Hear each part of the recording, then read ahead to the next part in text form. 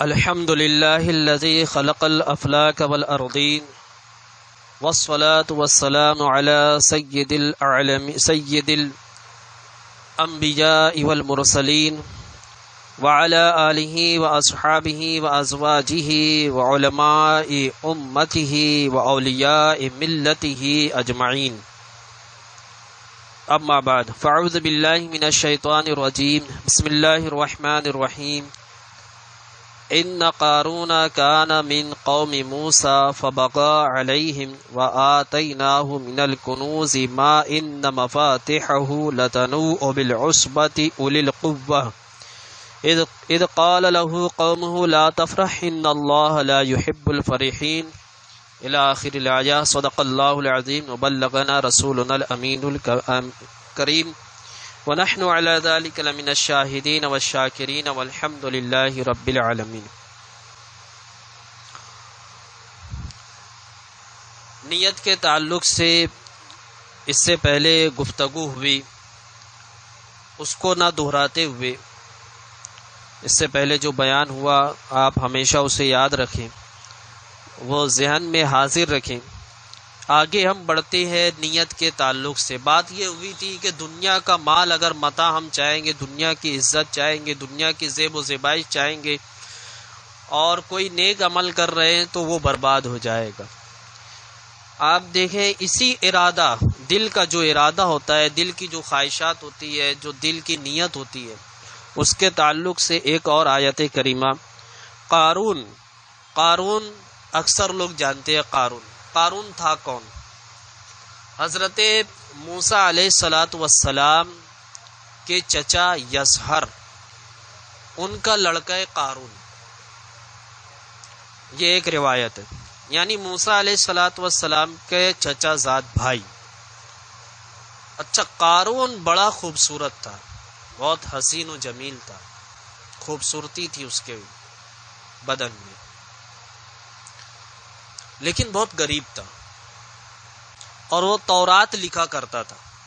پہلے موسیٰ علیہ السلام پر جو کتاب نازل ہوئی تورات، اس کے لکھنے والے خاص تھے. جیسے کہ ہمارا قرآن شریف بھی جو لکھا گیا اس کے کاتب وحی صحابہ کرام مخصوص تھے. تو یہ اتنا قریبی تھا موسیٰ علیہ السلام سے کہ یہ تورات لکھا کرتا تھا لیکن بہت غریب تھا. تو اس نے اپنی غریبی کی شکایت کی موسیٰ علیہ السلام کی بارگاہ میں کہ میں بہت غریب ہوں. تو موسیٰ علیہ السلام نے اس کو، قارون کو ایک علم دیا. وہ علم پتہ ہے کیا تھا؟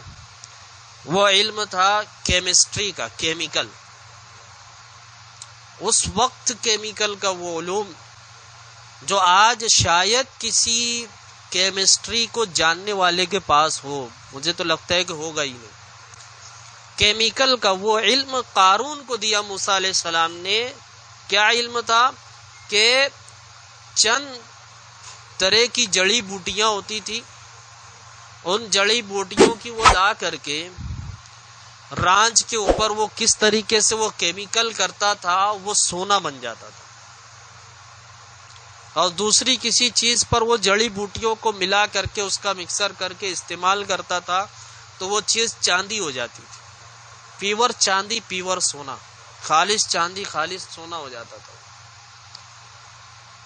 وہ کیمسٹری، وہ کیمیکل کا علم کن کے پاس تھا؟ موسیٰ علیہ السلام کے پاس. انبیاء کرام کے پاس علوم ہویا کرتے، لیکن وہ ان کو پتہ ہے دنیا کی حقیقت کیا ہے. وہ کماتے نہیں تھے، وہ یہ سب میں نہیں لگے رہتے تھے. ان کو پتہ ہی تھا کہ اس کی حقیقت کیا ہے، یہ سونے چاندے کی حقیقت کیا ہے. بس یہ کہ کچھ لوگ ہیں وہ جب دیکھتے ہیں کہ انبیاء کرام نے ان سب چیزوں کا استعمال نہیں کیا تو کہتے ہیں ان کو پتہ ہی نہیں تھا، ان کو علم ہی نہیں تھا. موسیٰ علیہ السلام کے بھی حالات بہت اچھے نہیں تھے. انبیاء کرام تو سنت ہے بکریاں چرانا ان کی، اسی میں گزارا کرتے تھے. لیکن علم اتنا بڑا ہونے کے باوجود اس کا استعمال نہیں فرمایا، بلکہ قارون کو علم دیا کہ ٹھیک ہے یہ میرے پاس اللہ کی طرف سے علم ہے، یہ لے لے. یہ ایک روایت ہے. اور بھی دوسری روایتیں ہیں جس میں قارون کا دوسرا واقعہ بیان کیا گیا کہ اس کو علم کیسے ہوا، کیا ہوا. خیر، قارون جو ہے وہ جڑی بوٹیاں منگانے لگا، دور دور سے لوگوں کو اجرت پہ رکھتا تھا، وہ جڑی بوٹیاں منگاتا تھا اور ان سب چیزوں کو سونے میں بدلتا تھا، چاندی میں بدلتا تھا۔ اتنی اس کے پاس دولت ہو گئی، اتنی دولت ہو گئی کہ اللہ تبارک و تعالی خود قارون کا واقعہ یہ سورہ قصص کے اندر بیان فرماتا ہے، آیت نمبر 76۔ اللہ تعالیٰ فرماتا ہے ان قارون کان من قوم موسیٰ فبغى علیہم۔ میں ترجمہ پڑھتا ہوں کنز ایمان کا۔ بے شک قارون موسیٰ کی قوم سے تھا، پھر اس نے ان پر زیادتی کی اور ہم نے اس کو اتنے خزانے دیے جن کی کنجیاں ایک زور آور جماعت پر بھاری تھیں۔ جب اس سے اس کی قوم نے کہا اترا نہیں، بے شک اللہ اترانے والوں کو دوست نہیں رکھتا۔ اتنے خزانے ہو گئے تھے اس کے پاس، اتنی دولتیں ہو گئی تھی کہ خزانہ جو گوڈاؤن ہم سمجھتے ہیں، خزانہ گوڈاؤن، ایک گوڈاؤن کی چابی، دوسرے گوڈاؤن کی چابی، تیسرے گوڈاؤن کی چابی، چابیاں اتنی تھی کہ ایک زور آور جماعت، ایک طاقتور جماعت بھی ان چابیوں کو اٹھانے کی طاقت نہیں رکھتی تھی۔ اتنی چابیاں خزانے کی تھی تو خزانہ کتنا ہوگا۔ یہ حال تھا قارون کی دولت کا، اتنی دولتیں تھیں۔ اور کیا تھا؟ تورات لکھنے والا، اللہ کی کتاب لکھنے والا، اللہ کی کتاب پڑھنے والا، تورات پڑھنے والا، لیکن اس کا دل دنیا کی طرف مائل ہوا تو دیکھو اس کا حال کیا ہوا۔ اتنی دولتیں اللہ نے عطا فرمائی، اللہ اگر نہیں چاہتا تو اس کو دولت ملتی نہیں ملتی، اللہ ہی کی مرضی سے، اللہ ہی کی مشیت سے وہ دولتیں اس کو ملی۔ اتنی دولتیں مل گئی کہ خزانے کی چابیاں اٹھانے کے لیے ایک بہت بڑی جماعت لگتی تھی، کثیر اگر زور آور ایک جماعت اٹھائے تو نہیں اٹھا سکتی تھی، اتنی چابیاں تھیں۔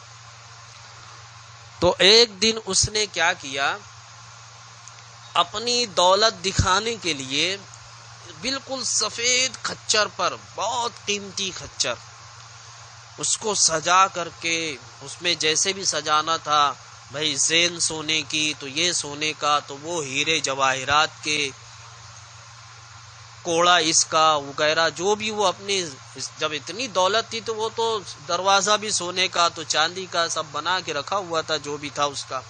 خیر، تو وہ ہم تو مثال نہیں بیان کر سکتے کہ وہ کتنی زینت کے ساتھ، کتنی سجاوٹ کے ساتھ اپنا لشکر بنا کر کے، باندیاں خریدی ہوئی، غلام خریدے ہوئے، سب کو لائن میں لگا کر کے، اور ان کے ہاتھوں میں ایسے سونے کی چیزیں، ایسی چاندی کی چیزیں، ایسے طرح طرح کے زیورات اور طرح طرح کے پتھر، قیمتی پتھر، جواہرات، وہ سب کے سب سجاوٹ میں اور بہترین لباس میں لے کر کے وہ شہر کے اندر نکلا۔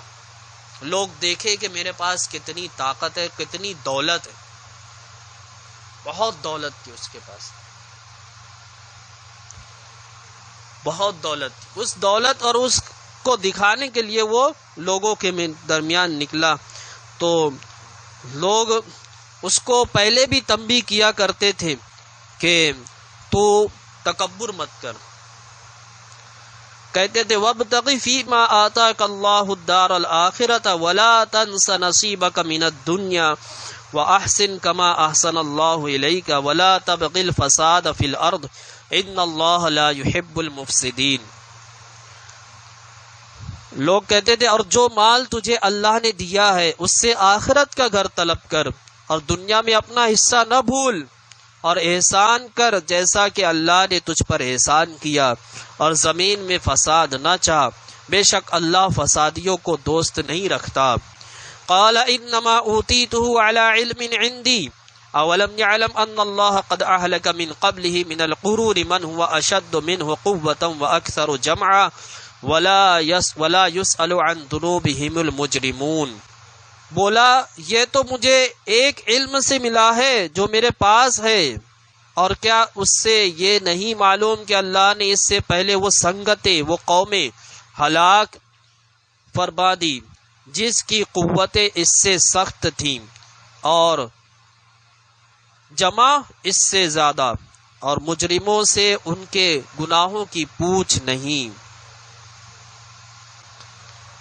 تو جب اسے تنبیہ کی جاتی تھی، نصیحت کی جاتی تھی، وہ کہتا تھا کہ یہ تو میں اپنے علم کی بدولت حاصل کیا ہوں۔ اب اللہ کو یاد نہیں کرتا تھا، کہتا تھا میں تو اپنے علم کی بدولت حاصل کیا ہوں۔ رب نے اس کو فرمایا کیا وہ بھول گیا کہ وہ جو بھی اس کو ملا ہے، جتنی بھی دولتیں ملی ہے، جتنی بھی اس کے پاس قوتیں ہیں، اس سے پہلے اور بھی بہت ساری قومیں آئی جو اس سے زیادہ طاقتور تھی، اس سے زیادہ طاقتور تھی، اس سے زیادہ ان کے پاس طاقتیں تھی، قوتیں تھی، اس سے زیادہ دولتیں تھی، سب کچھ تھا، لیکن اللہ کی نافرمانی کی، اللہ نے ہلاک کر دیا۔ تو ان کے آگے تو کچھ بھی نہیں ہے۔ ابھی تو تجھے اتنی دولتیں نظر آ رہی ہے تو کہہ رہا ہے کہ میرے آگے کوئی ٹک نہیں سکتا۔ اب ہوا یہ کہ فخرج علی قومہ فی زینتہ قال الذین یریدون الحیاۃ الدنیا یا لیت لنا مثل ما اوتی قارون انہ لذو حظ عظیم۔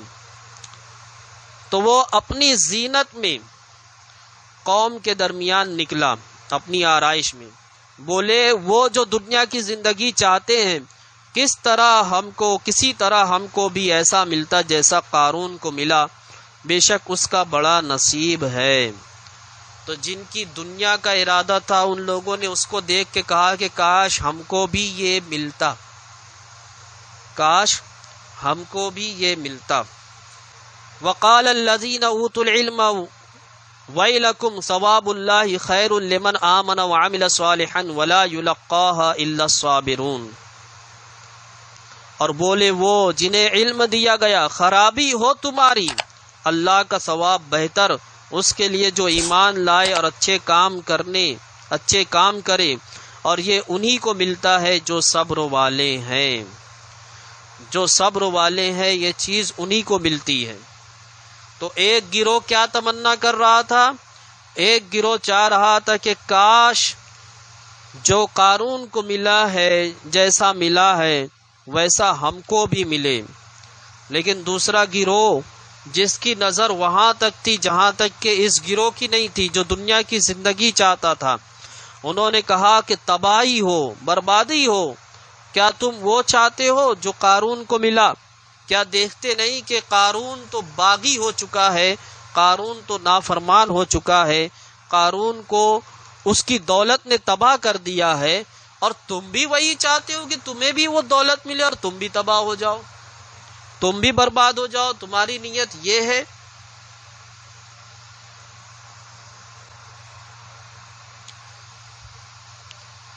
تو موسیٰ علیہ السلام پر جب زکوٰۃ کا حکم نازل ہوا کہ اب اے موسیٰ علیہ السلام ان سے زکوٰۃ وصول کی جائے اور وہ زکوٰۃ غریب، فقراء، مسکین میں تقسیم کیا جائے،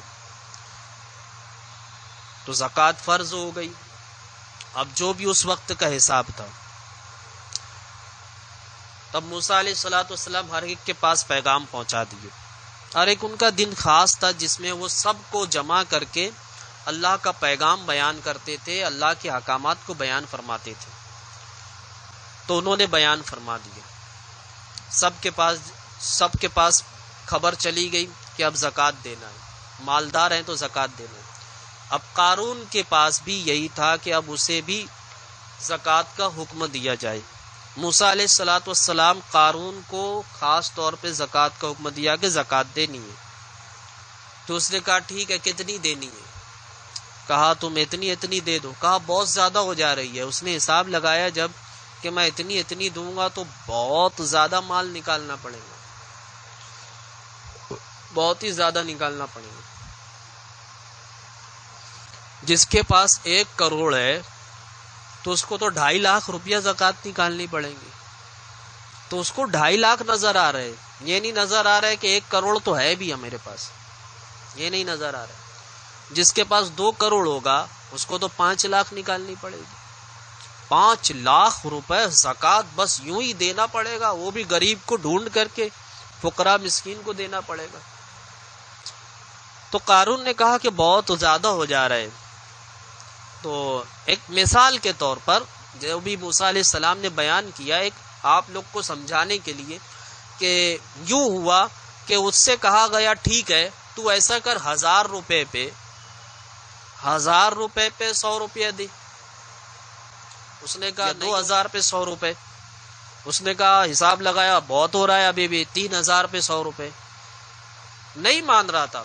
آخر میں موسیٰ علیہ السلام نے اس حد کو پہنچ گیا. اس نے کہا ٹھیک ہے میں اتنے پہ راضی ہو جاتا ہوں. ایک حد تھی بہت کم، کیونکہ موسیٰ علیہ السلام شریعت لائے، ان کو اختیار ہوتا ہے، جس کو چاہے خصوصیت دے دے، جس کو چاہے نہیں. راضی ہو گیا. پھر بھی اتنے کم پر راضی ہونے کے باوجود، اتنی خصوصیت ملنے کے باوجود، اس کے دل میں یہ تھا کہ ابھی بھی میرا بہت سارا مال نکلے گا. اتنی دولت ہی تھی اس کے پاس. اس کے دل میں دنیا کی محبت آ گئی. یہ دنیا کی نیت رکھنے والوں کا حال اتنا برا ہوتا ہے. اس نے سوچا کہ یہ تو بہت برا ہو جائے گا، میں تو بہت زیادہ مجھے زکوٰۃ میں، وہ بھی ایک نہیں سال بھر میں پھر دینا پڑے گا، بار بار دینا پڑے گا. تو دیکھو دنیا کی محبت نے اسے کہاں لا کے چھوڑا. اس نے پلان بنایا کہ ایسا کرتے ہیں کہ موسیٰ علیہ السلام ہی کو کچھ کیا جاتا ہے ان کا. تو اس نے کیا کیا، قارون نے ایک گاؤں کی طائفہ تھی، طائفہ جو یوں سمجھ لیجئے جیسے دھندا کرنے والی، اپنا جسم بیچنے والی، اور اس کے پیٹ میں بچہ تھا، یعنی حمل سے تھی، وہ ناجائز حمل. تو اس نے کیا کیا، قارون نے تیار کیا اس کو کہ دیکھو میں تمہیں اتنی دولت دوں گا کہ تم زندگی بھر بیٹھ کے کھاؤ گے، کبھی تمہیں کمی نہیں آئے گی. چھوٹا سا ایک کام کرنا ہے. کہا کیا کام کرنا ہے؟ کہا جب موسیٰ علیہ السلام وہاں پر جب لوگوں کو بلائیں گے پیغام دینے کے لیے، تو تمہیں وہاں پر جا کر کے میں وہاں ہنگامہ کروں گا. تمہیں صرف اتنا کہنا رہے گا کہ یہ بچہ موسیٰ کا ہے،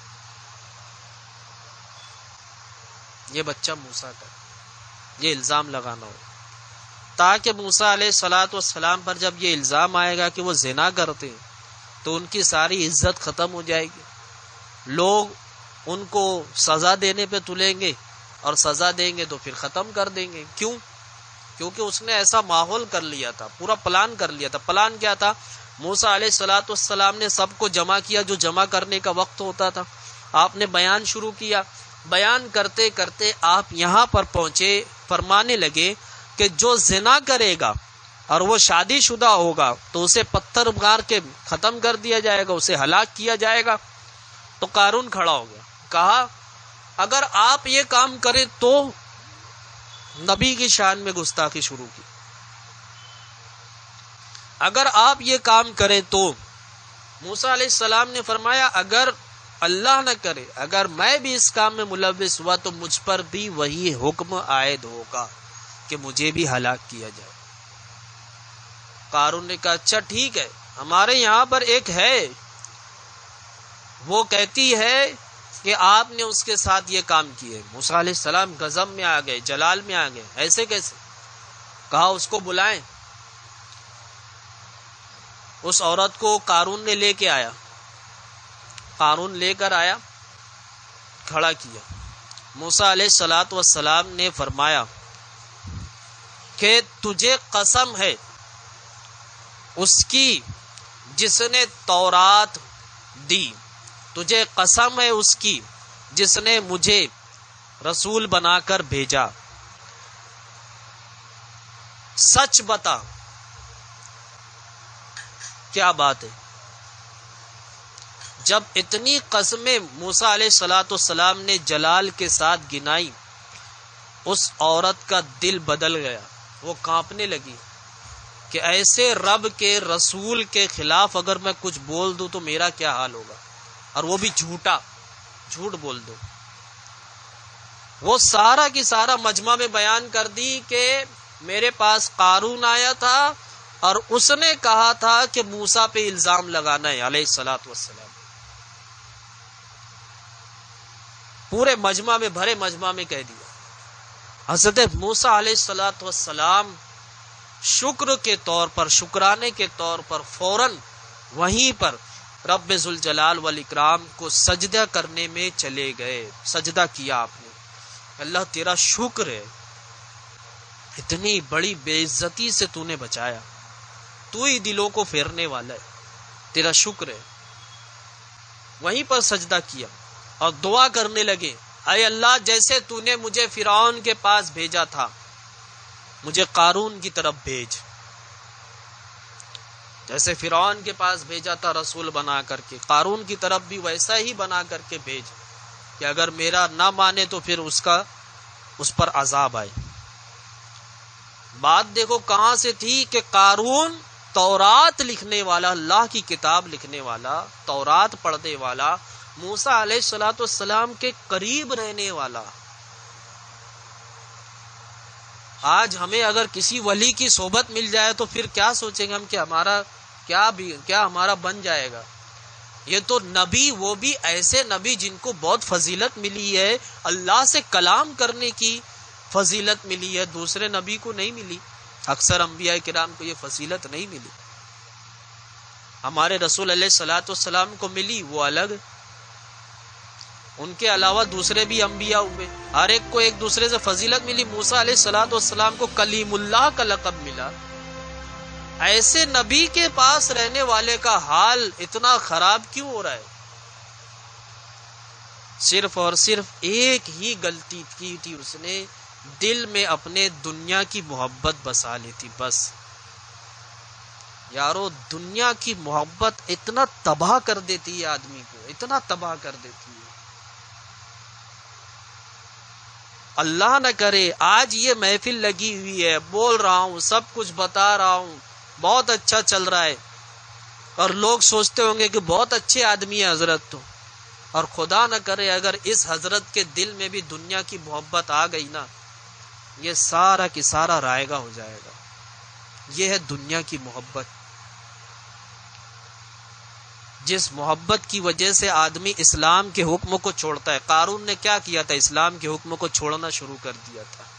کیوں؟ کیونکہ اس کا خزانہ کم ہوتا ہوا نظر آ رہا تھا کہ میں زکوٰۃ دے دوں گا تو یہ کیسے میرا اتنا کم ہو جائے گا، میرا اتنا کم ہو جائے گا.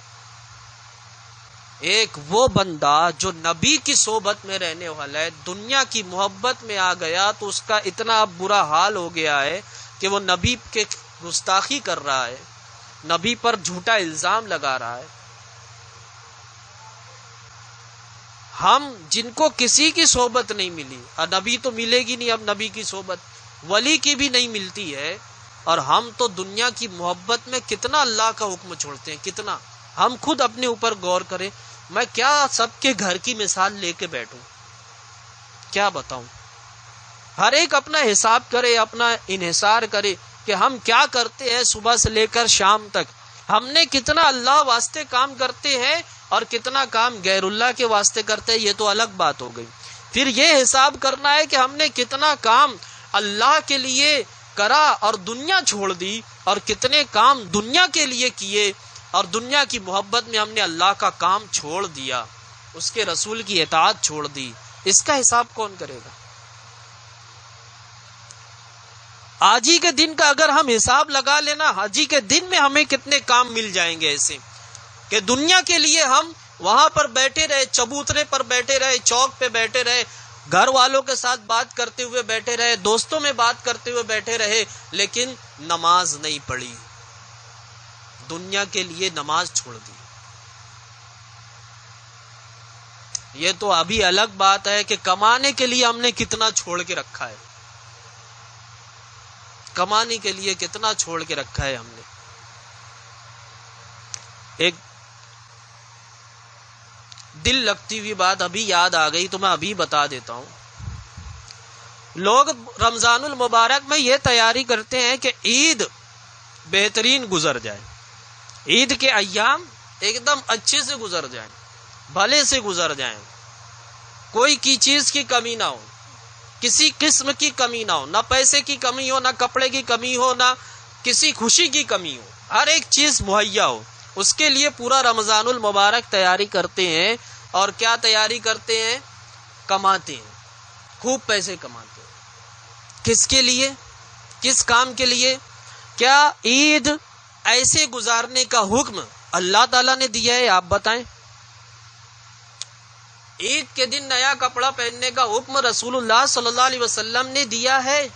یہ بتا دیں آپ. نیا کپڑا پہننا ہے، ایک دم پرانا نہیں پہن سکتے. یہ کہیں پر ہے حدیث میں؟ قیامت آ جائے گی لا کے نہیں بتا پائیں گے. کہیں نہیں ہے. ہمارے اسلام میں یہ عید ہے ہی نہیں. جو ہم مناتے ہیں یہ عید ہے ہی نہیں. یہ ہے ہی نہیں. کس لیے ہم کرتے ہیں؟ پورا رمضان المبارک کی فضیلتیں برکتیں سب چھوڑ دیتے ہیں. کیوں؟ ہمیں یہ پسند ہے کہ عید ایسے گزاریں اپنے نفس کے لیے، اپنے نفس کی خواہشات کو پورا کرنے کے لیے. اس دنیا کی رسم کے لیے ہم یہ کر رہے ہیں. اس دنیا کے لیے تم نے اتنا کیا، یہ بتاؤ رمضان المبارک میں اللہ واسطے تم نے کیا کیا ہے؟ رمضان المبارک میں تمہیں خوب عبادت کرنی تھی، خوب ریاضتیں کرنی تھی، تمہیں تراویح پڑھنی ہوتی تھی، مگر تم کیا کرتے تھے کہ تمہارا کاروبار ہوتا تھا تو تراویح چھوٹ جاتی تھی. تمہیں زیادہ کمانا ہوتا تھا تو تم روزے نہیں رکھ پاتے تھے. ہوا ہے اس طریقے سے. تو تم نے تو اپنی خواہشات کے لیے اتنی تیاری کی، کیا تم اللہ کے واسطے یہ تیاری نہیں کر سکتے تھے کہ رمضان المبارک آنے سے پہلے ہم اتنا جمع کر لیں کہ پورا رمضان المبارک بغیر کام کرے، کہیں ڈیوٹی پر کرے بغیر صرف عبادت الہی میں گزارے؟ اتنا جمع کرنے کے لیے اس سے پہلے کبھی محنت کی اللہ واسطے کہ اللہ کی خوب عبادت کرے گی ہم رمضان میں؟ نہ ہم ڈیوٹی پر جائیں گے جس سے عبادت میں کمی آئے گی، نہ ہم کسی دنیا کے کام میں لگیں گے جس سے ہماری تراویح چھٹے گی. اس کے لیے کسی نے تیاری کی؟ نہیں کی. اللہ کے واسطے تیاری نہیں ہے. اپنے نفس کی خواہش کو پورا کرنے کے لیے پوری تیاری ہم کرتے ہیں. ہر ایک کام کر ڈالتے ہیں، ہر ایک کام بغیر بولے، بغیر بتائے. نہ ہمیں کچھ عید کی فضیلت بیان کرنی پڑتی ہے، کچھ بھی نہیں ہے. فضیلت تو ہے کیا؟ اس میں عبادت کرنی ہے. اس میں یہ فضیلت تو ہے نہیں کہ سوئی کھانی ہے، بس نیا ہی کپڑا پہننا ہے. یہ کہاں ہے؟ رسول اللہ صلی اللہ تعالی وسلم کے دور مبارک میں سوئی تھی؟ نہیں تھی. شیر خورما تھا. یہ نہ ہم نے نکال کر پہلے دن کا جوڑا، دوسرے دن کا جوڑا، تیسرے دن کا جوڑا.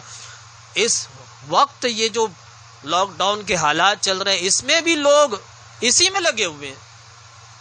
قرض کر کر کے لوگ کر رہے ہیں. اللہ اکبر. کس کے لیے قرض کر رہے ہو؟ اپنی نفس کی خواہش پورا کرنے کے لیے.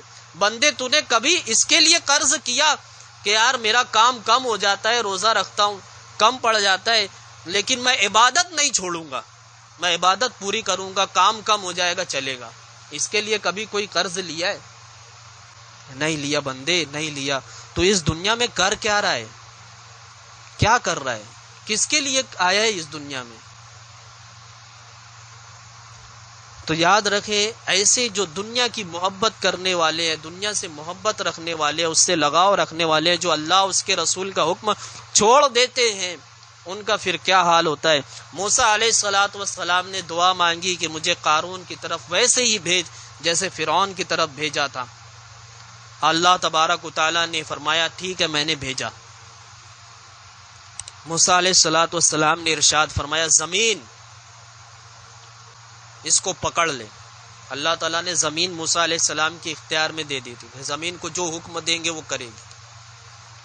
پہلے موسیٰ علیہ الصلوۃ والسلام نے فرمایا اعلانیہ طور پہ کہ جو لوگ قارون کے ساتھ ہے وہ اس کے ساتھ کھڑے رہے، اور جو اس سے الگ ہے وہ ہٹ جائیں، کیونکہ اللہ نے مجھے قارون کی طرف بھیجا ہے. سب ہٹتے چلے گئے. صرف اور صرف 3 لوگ بچے، بس وہ قارون کے ساتھ تھے. موسیٰ علیہ الصلوۃ والسلام نے زمین کو حکم دیا کہ زمین تو اس کو کھینچ اپنے اندر. زمین نے ان کا پیر اندر کر لیا. پھر زمین کو حکم دیا کہ زمین اور اس کو اندر لے. گھٹنے تک ان کو اندر دھسا لیا. اب قارون اور اس کے ساتھی رو رو کے گڑ گڑا رہے تھے کہ موسیٰ معاف کر دو، موسیٰ معاف کر دو، موسیٰ معاف کر دو۔ موسیٰ علیہ السلام کا غضب اور جلال نہیں کم ہوا، وہ کہتے گئے زمین اور اندر لے، اور اندر لے، اور اندر لے۔ وہ دھستے چلے گئے، دھستے چلے گئے، پورے کے پورے وہیں پر دھس گئے۔ کتنی دولت تھی کہ خزانوں کی چابیاں کوئی اٹھا نہیں پاتا تھا، اتنی چابیاں تھی تو خزانے کتنے تھے۔ آج تو معیاری یہی ہو گیا ہے، اگر دولت ہے تو سمجھتے ہیں کہ پھر اللہ تعالیٰ راضی ہے۔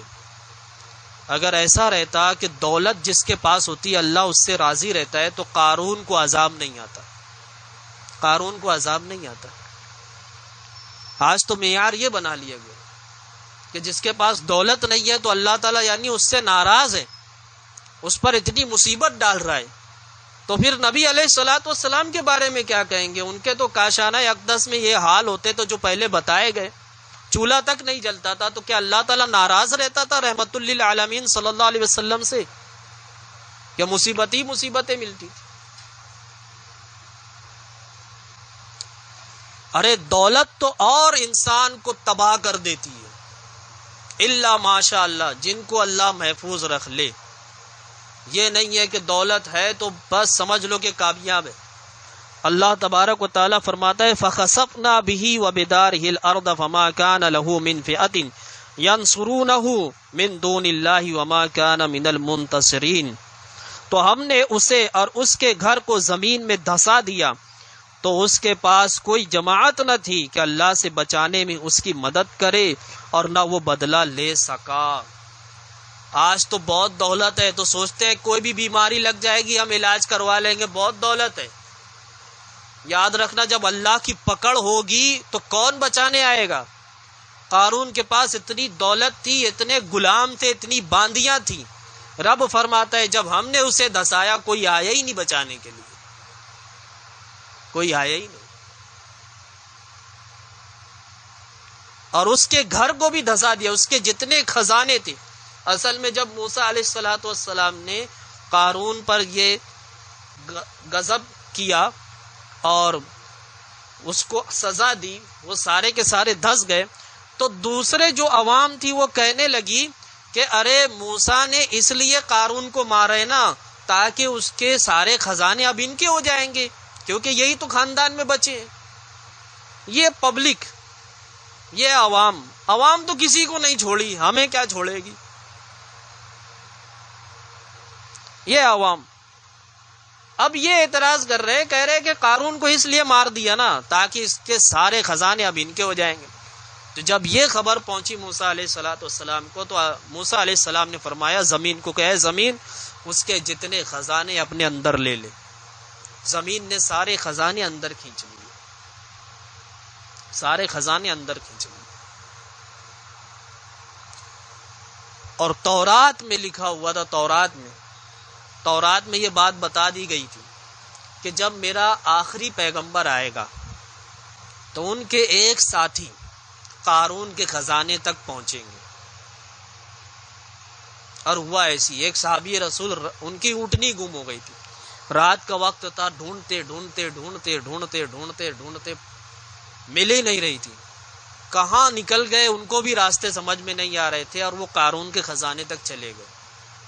آج بھی ایک خزانہ ہے لیکن کسی کے ہاتھ نہیں لگتا سوائے وہ ایک صحابی کے، ان کو ہی ہاتھ لگا تھا، ان کا نام ابھی میں بھول رہا ہوں۔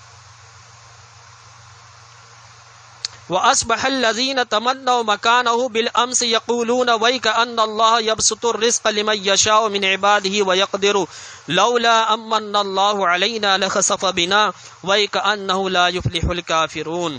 اور کل جس نے اس کے مرتبہ کی آرزو کی تھی صبح کہنے لگے عجب بات ہے، اللہ رزق وسیع کرتا ہے اپنے بندوں میں جس کے لیے چاہے اور تنگی فرماتا ہے۔ اگر اللہ ہم پر احسان فرماتا تو ہمیں بھی دھسا دیا، اگر اللہ تعالی ہم پر احسان نہیں فرماتا تو ہمیں بھی دھسا دیتا، اے عجب کافروں کا بھلا نہیں۔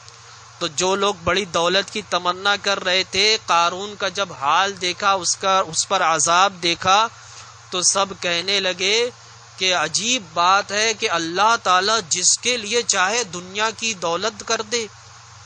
اتنی دولتی ہم سوچتے تھے کہ اللہ تعالیٰ اس سے راضی ہوگا کیونکہ اس کے پاس بڑی دولت ہے، مفلوق الحال نہیں ہے، غریبی نہیں ہے، مانگتا نہیں ہے. آج کل جو بیچارے بہت غریب ہوتے ہیں مانگتے ہیں تو ہم اسے بڑا حقیر سمجھتے ہیں، بڑا حقیر سمجھتے ہیں. لیکن پتہ ہے ان سے زیادہ حقیر اور ذلیل جو کروڑ پتی ہے نا وہ ہو سکتے ہیں، وہ ہو سکتے ہیں، نہیں ہاں ہو سکتے ہیں. جو کروڑ پتی ہے، لاکھ پتی ہے، وہ بھی اس سے زیادہ حقیر و ذلیل ہو سکتے ہیں، کیونکھ عزت صرف اور صرف اسلام کے اندر اسی کے لیے جو اللہ کا تقوی رکھے. ان اکرمکم عند اللہ اتقاکم، رب نے فرمایا رب کے نزدیک وہی محترم ہے جو بہت زیادہ متقی ہے. تقوی جس کے اندر ہوگا اسی کے لیے عزت ہے. اگر لاکھ پتی کروڑ پتی ہے اور تقوی نہیں ہے تو وہ عزت والا نہیں ہے، وہ ذلیل ہے، وہ ذلیل ہے. اور اگر غریب ہے، مسکین ہے، فقیر ہے، کھانے کو نہیں ہے مگر تقوی اس کے اندر دل میں بالکل بھرا ہوا ہے، بہت متقی پرہیزگار ہے، عبادت گزار ہے، تو اللہ کے نزدیک وہ سب سے زیادہ محترم ہے. یہ معیار ہے ہمارے اسلام کے اندر کسی کی عزت کا اور کسی کی ذلت کا. لیکن اگر کوئی آ جائے ایسے سیٹھ صاحب اور بڑے مالدار، چاہے وہ نماز چھوڑ کے آ رہے ہوں، تب بھی ہم جو ہے ان کو ارے حضرت، ارے جناب، ارے حضرت، ارے جناب. اور اگر کوئی فقیر غریب آ جائے، چل نکل، ایسے کیسے بیٹھ گیا آ کر کے. یہ حال ہے ہمارا. تلک الدار الآخرۃ نجعلها للذین لا یریدون علوا فی الارض ولا فسادا والعاقبۃ للمتقین. یہ آخرت کا گھر ہم ان کے لیے کرتے ہیں جو زمین میں تکبر نہیں کرتے اور نہ فساد مچاتے ہیں، اور عاقبت پرہیزگاروں ہی کی ہے، صرف پرہیزگار.